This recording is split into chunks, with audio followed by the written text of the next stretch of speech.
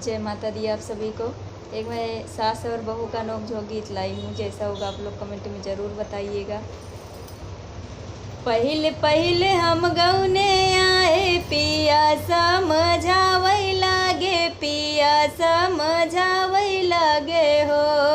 धना माई मोरी हाई बड़ी रगड़ी तवन से बचाए रहियो हो। धना माई मोरी हाई बड़ी रगड़ी तवन से बचाए रहियो हो।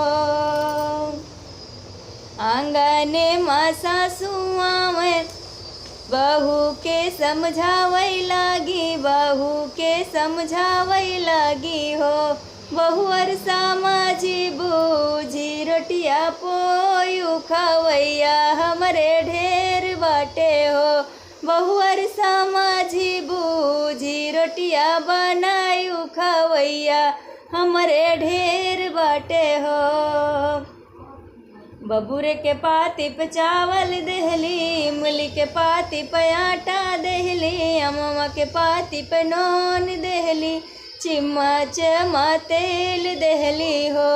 बहुअर सामाजी बूझी रोटिया बनायू खवैया हमरे ढेर बाटे हो। बहुअर सामाजी बूझी रोटिया पोयू खवैया हमरे ढेर बाटे हो। बिसंठी मेहरारू बाटी, बिसंठी मनसिय धू बाटे, गेद योगे दहरा बाटे हो। बहुअर सामाजी बूझी रोटिया पोयू खवैया हमरे ढेर बाटे हो।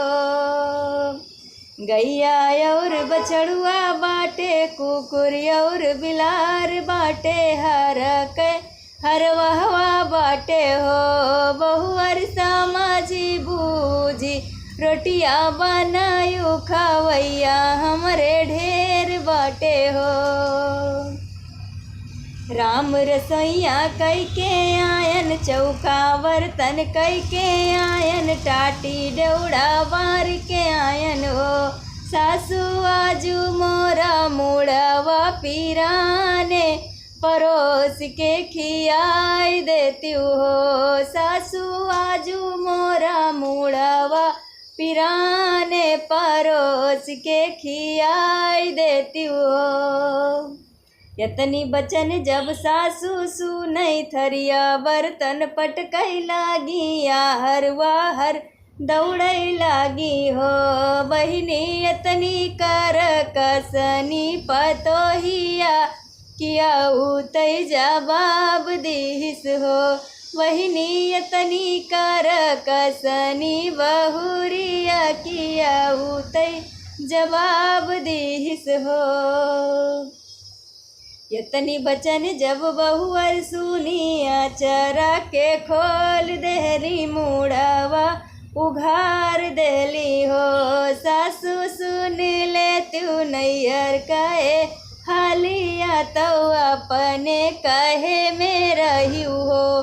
सासू सुन ले तू नैहर कहे हालिया, तो अपने कहे में रहियो हो। ठेकेदार के बिटिया हाई, दारोगा के बहिनिया हाई, मुंशी के नातिनिया हाई हो। सासू अपने ससुर के पतोहिया, तो तू से चलाक हई हो। सासू अपने ससुर के पतोहिया, तो तू से चलाक हई हो।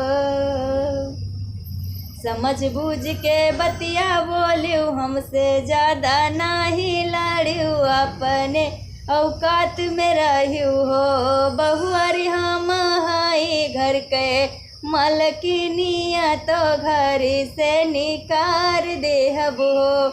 बहुअर हम हाई घर के मलकिनिया, तो घर से निकार देहब हो।